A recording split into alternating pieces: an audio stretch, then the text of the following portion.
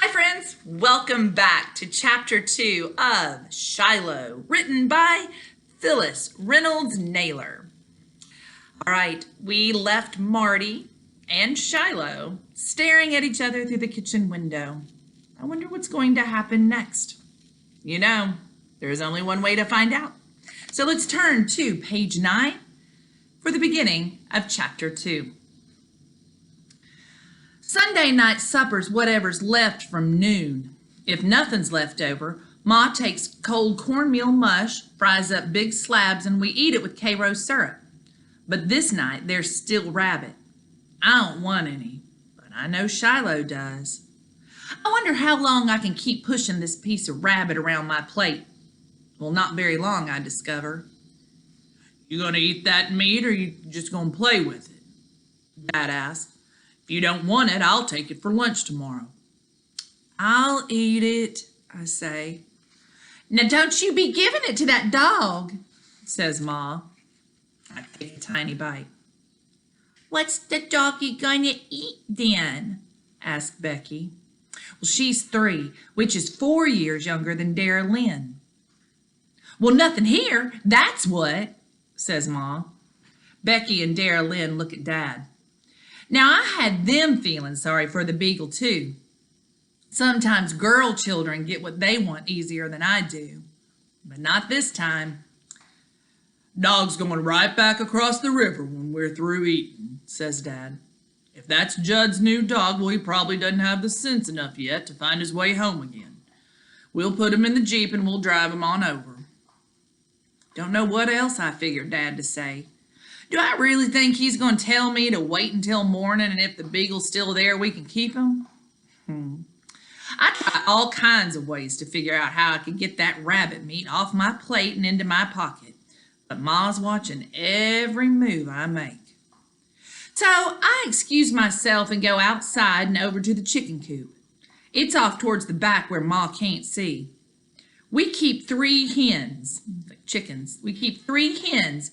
And I take one of the 2 eggs that was in a nest, and I carry it out behind the bushes. I whistle softly. Shiloh comes loping towards me. I crack the egg, and I empty it out in my hands. I hold out my hands down low, and Shiloh eats the egg, licking my hands clean afterwards, and curling his tongue down between my fingers to get every little bit. Good boy, Shiloh, I whisper. I stroke him all over. I hear the back screen slam, and Dad comes out on the stoop. Marty? Yeah. I go around, Shiloh at my heels. Let's take that dog home now. Dad goes over and opens the door to the Jeep. Shiloh puts his tail between his legs and just stands there, so I go around to the other side, get in, and whistle. Shiloh leaps up into my lap, but he don't look too happy about it.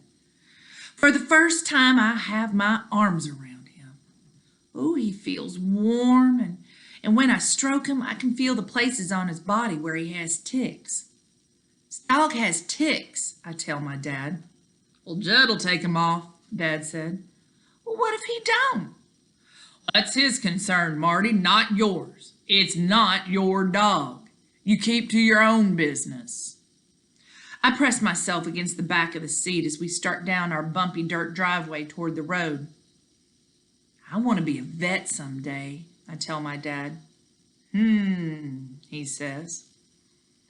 I want to be a traveling vet, the kind that has his office in a van and goes around to people's homes. Don't make folks come to him. Well, I read about it in a magazine at school. Margaret's going to come read with us. Well, you know what you have to do to be a vet, Dad asks. Well, you got to go to school. I know that. Well, you got to have college training, like a doctor almost.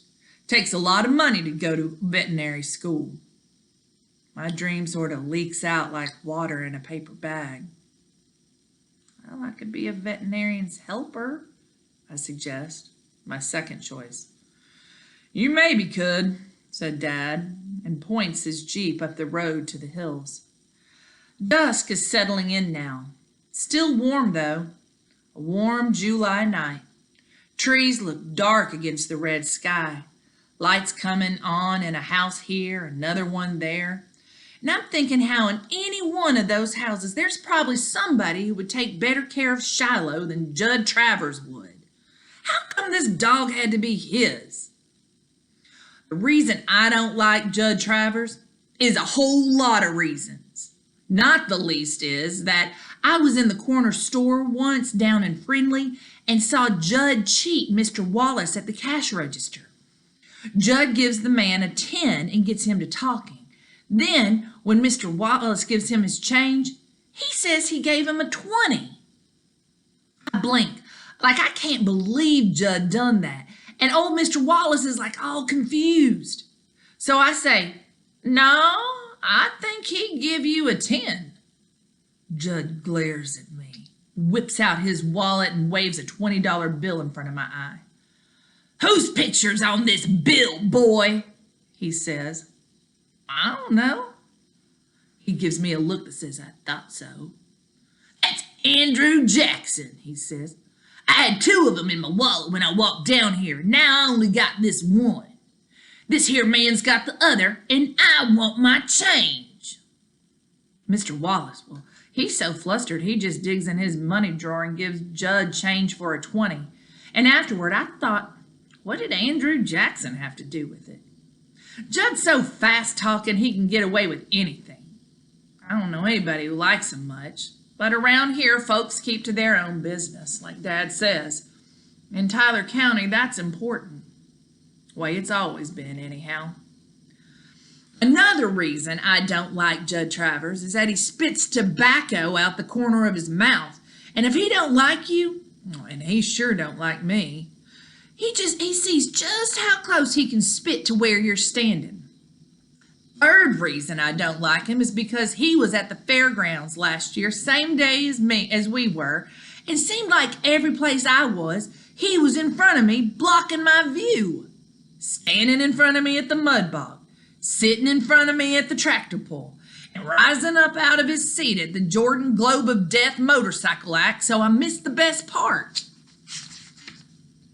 Fourth reason I don't like him is because he kills deer out of season. Well, he says he don't, but I seen him once just about dusk with a young buck strapped over the hood of his truck. He tells me that the buck ran out in front of him on the road and he accidentally ran over it. But I saw the bullet hole myself.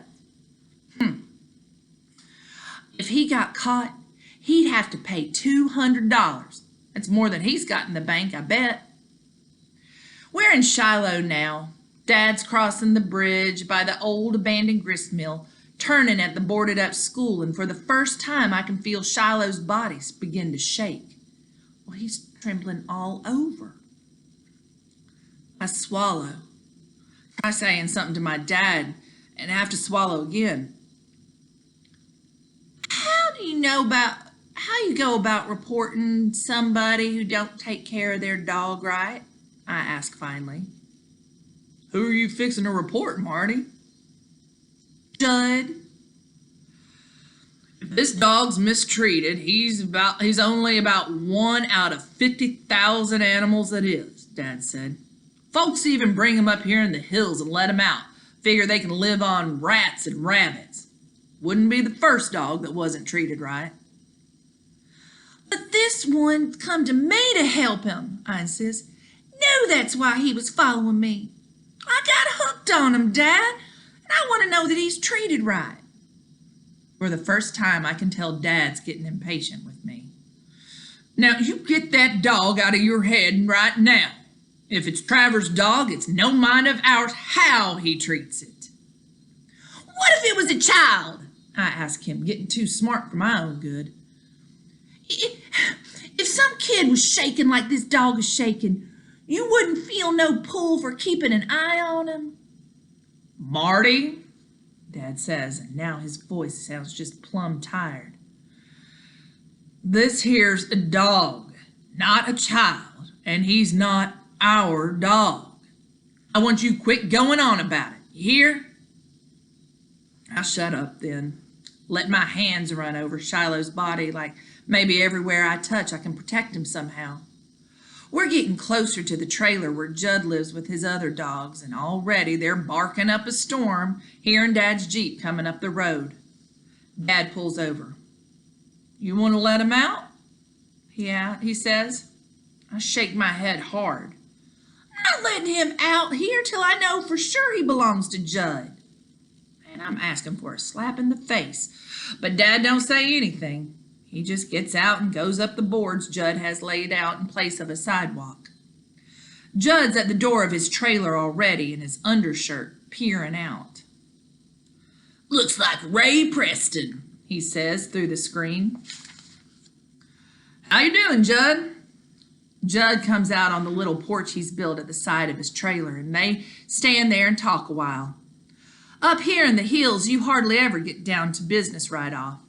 First, you say your howdies, and then you talk about anything else but what you come for. And finally, when the mosquitoes start to bite, well, you say what's on your mind.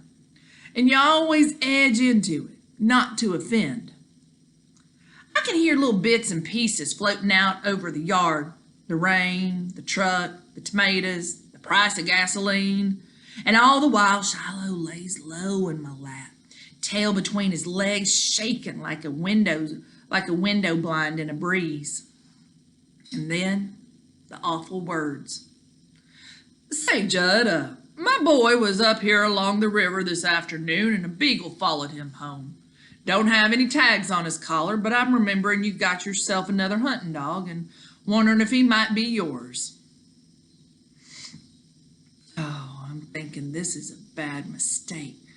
Maybe it isn't Judd's at all, and he's such a liar he'd say it was just to get himself another animal to be mean to. Judd hardly lets him finish, starts off across the muddy yard in his boots. "Sure as heck bet it is," he says. "Can't keep that coon dog home to save my soul. Every time I take him hunting, he runs off before I'm through. I've been out all day with my dogs, and they all come back but him." I can hear Judd's heavy footsteps coming round the side of the Jeep, and I can smell the chewing tobacco, strong as coffee. "Yep," he says, thrusting his face in the open window. "That's him, all right." He opens the door. "Get on down here," he says, and before I can even give the dog one last pat, Shiloh leaps off my lap and onto the ground and connects with Judd's right foot, meaning Judd just kicked him. He yelps and runs off behind the trailer, tail tucked down, belly to the ground. All Judd's dogs chained out back, barking like crazy. I jump out of the Jeep too. "Please don't kick him like that," I say. "Some dogs just like to run." "He runs all over creation," Judd says. "I can tell he's studying me in the dark, trying to figure out what's got into me." "Well, I'll keep an eye out for him," I say. "Anytime I see him away from home, I'll bring him back, I promise. Just don't kick him." Judd only growls. "He'd be a fine hunting dog, but he tries my patience. I'll leave him be tonight, but if he wanders off again, I'll whoop the daylights out of him. I guarantee you that." I swallow, and all the way home I can't speak a word, trying to hold the tears back. Wow. And so that concludes chapter 2. That was a surprise. We met the main characters of the story. We met Shiloh. I really didn't expect Shiloh to go home so quickly. But yes, he belongs to Judd Travers. Judd, this lying, cheating, tobacco spitting, Rudy Kazootie, like my mama used to say. And Shiloh belongs to him, belongs to Judd, who kicks him, seems to starve him down a little bit, leaves his dog covered with ticks. Poor Shiloh jumps from the loving arms of Marty right into the swift kick of Judd Travers. And Marty drives off with tears in his eyes. Man, it's a big chapter. We're only on chapter 2. Stay tuned, friends. We've got a lot more coming. And into the next episode. We'll see you soon.